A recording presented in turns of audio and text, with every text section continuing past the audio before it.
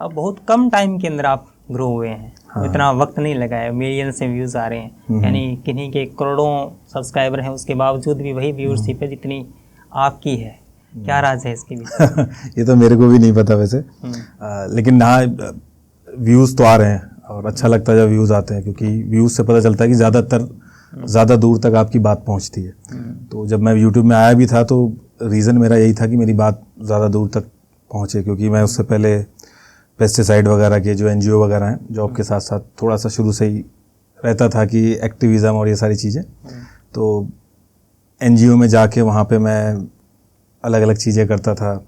Pesticide को लेके हम लोग रैली में जाते थे, तो वहाँ 100-200 और कोई इतना इंटरेस्ट लेता नहीं था, वहाँ तक बात पहुँचती थी। लेकिन यूट्यूब पे आए तो वो बात बहुत लोगों तक पहुँचने लगी। तो इस चीज़ को लेके बहुत अच्छा लगता है जब व्यूज़ ज़्यादा आते हैं।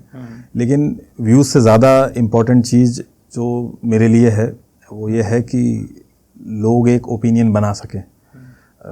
आप देखोगे कि टॉपिक अगर कोई भी आप चूज़ कर लो तो व्यूज़ आ जाते हैं। एक टाइम के बाद आपको जब एक साल 2 साल हो जाता है, आपको पता है कि यार व्यूज़ आ जाते हैं अगर आप टॉपिक थोड़ा सा मसालेदार पकड़ लो। जैसे अभी सीमा हैदर है, हमें पता है कि वो अभी हम उसको थोड़ा सा मसाला बना के करेंगे, वो आएंगे व्यूज़। लेकिन उससे ज़्यादा ज़रूरी रहता है ओपिनियन, कि इंसान ओपिनियन बना सके। अब जैसे सीमा हैदर का ही है, तो सीमा हैदर का अगर कोई बनाएगा वीडियो, थोड़ा सा मसाला रहेगा, बढ़िया से म्यूजिक डालेगा, तो व्यूअरशिप आएगी। जो हम बना रहे हैं उससे तो ज़्यादा ही आएगी। लेकिन उससे ज़्यादा ज़रूरी है कि आप एक ओपिनियन लोगों का बना सकें। जैसे मैं एग्जांपल से समझाता हूँ आपको। जैसे बड़ी बड़ी जो हिंदू हैं, इंडियन एक्सप्रेस हैं, ये सब हैं, देखोगे तो आप 50,000 60,000 व्यूअरशिप रहती है इनकी एक दिन की, राइट। ऐसे ही मीडिया है, भले ही वो सही बता रहे हैं गलत बता रहे हैं अलग बात है, लेकिन वो देश का ओपिनियन बना रहे हैं। जो भी ऑडियंस है देश की, वो ओपिनियन बना रही है उस चीज़ से। तो यूट्यूब पे भी एज अ क्रिएटर तो बहुत सारी वीडियो बन जाएंगी। मेरे पास एक फ्रेमवर्क है, मैं 7 वीडियो 6 वीडियो कर लूँगा, और उससे जितना मैं अभी 3 महीने में बना रहा हूँ उतना मैं 1 महीने में बना लूँगा। लेकिन ओपिनियन बने लोगों का, जब मैं वीडियो डालूँ तो उससे एक ओपिनियन बने और लोगों तक बात पहुँच पाए कि भाई अगर कोई इशू है खालिस्तान का तो उसके पीछे क्या रीज़न है। ऐसा तो है नहीं लखनऊ में जाके अगर कोई कह दे कि चलो लखनऊ अलग करना है, तो वहाँ तो नहीं हो पा रहा है ये, वहीं पे क्यों ये चीज़ हो रही है। तो इस तरीके से हम वीडियो बनाते हैं और टॉपिक भी वैसे ही सेलेक्ट करते हैं, और कुछ लोगों की लाइफ में कुछ ना कुछ तो ऐसा ऐड हो सके जो उनको आगे काम आए। और जैसे आप वीडियो बनाते हैं, आपने कहा कि सीमा हैदर का मामला भी चल रहा है, सचिन को लेकर एक मीम वायरल हुआ कि लप्पू सा सचिन है ना। तो ये तो आवाज़ गूंज रही है कानों में उस महिला की, तो मीडिया को सुनना चाहिए उसकी आवाज़ की ये टॉपिक छोड़ दो, अब बहुत वक्त हो गया।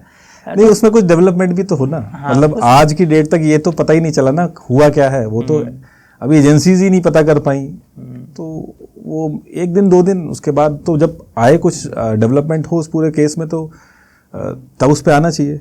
लेकिन मेरे को पता नहीं था ज़्यादा नॉर्थ ईस्ट के बारे में भी, और लिमिटेड ही इन्फॉर्मेशन थी मेरी। फिर मणिपुर के बारे में मैंने पता करना चालू करा, वहाँ के लोगों से बात करनी चालू करी, और जो वहाँ के लोगों ने वीडियोस थोड़ी मोड़ी आपस में भेजी, और जब पता चला तो मुझे लगा कि ये तो बड़ी दिक्कत वाली बात है।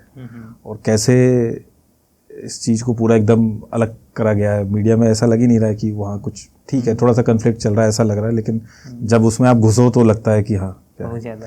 तो सब छोड़ के फिर हम उस पे लगे कि ये लोगों तक बात पहुंचनी चाहिए, तो फिर हमने मणिपुर पर वीडियो आया आपका। तो ऐसे बहुत मुश्किल होता है, क्योंकि अलग अलग लोगों के बीच में जब हम काम करते हैं तो अलग अलग ओपिनियन होता है, बेशक होना भी चाहिए, लेकिन जब एक स्वतंत्र क्रिएटर के रूप में काम करते हैं तो बहुत वस्तुनिष्ठ रहना ज़रूरी है विषय के प्रति। तो ये चुनौती तो है। लेकिन मैंने बहुत से ऐसे वीडियो देखे आपसे संबंधित यूट्यूब पे, जिसमें यह बात कही गई है कि नीतीश राजपूत ने यूट्यूब की जो नब्ज़ है ना उसको पकड़ लिया है। यानी बहुत कम टाइम में उन्होंने जिस गति से ग्रोथ की है यूट्यूब पे, वो किसी अन्य यूट्यूबर ने नहीं की है। आप इस बात को कैसे देखते हैं? कौन सी ऐसी नब्ज़ है जो आपने पकड़ रखी है, और हम जैसे बहुत से 7-8 साल से इस यूट्यूब पे काम कर रहे हैं उनको अभी तक आता ही नहीं है? अगर एल्गोरिदम कैसे काम करती है तो मेरे को पता नहीं है, और नब्ज़ इसकी क्या है वो भी मेरे को सच में नहीं पता। और अगर कुछ होता तो मैं ज़रूर आपसे शेयर करता। और बाकी जितने लोग हैं सब एक वो बना के पूरा सबको ऐसा कर देता है। तो यार एल्गोरिदम का इस तरीके से है कि मुझे तो पता नहीं है कि एक्चुअल में किस तरीके से काम करती है, लेकिन एल्गोरिदम का जो कोर रहता है वो यही है कि आपने जो प्रोडक्ट बनाया है, यानी आपकी वीडियो आपका प्रोडक्ट है, वो कितनी देर तक देखी गई है, ये इसका कोर है। अब कितने कमेंट आए, कितना वॉच टाइम है, ये सारी चीज़ें बाद की बात है, वो मुझे समझ में आता नहीं है, लेकिन मुझे इतना पता है कि वीडियो वही चलेगी जो आखिरी तक देखी जाएगी, ज़्यादा से ज़्यादा देखी जाएगी। तो जब आपको ये पता है तो इसके लिए इसी तरीके से आप कंटेंट बनाइए, और रेदर देन बाकी जगह ध्यान देने की कि एल्गो क्या चल रही है, आप इस पे ध्यान दीजिए कि अगर आपके 4 लोग आपके फॉलोवर हैं तो वो कैसे इस चीज़ को देख सकते हैं, उनकी नीड आपको पूरी करनी है।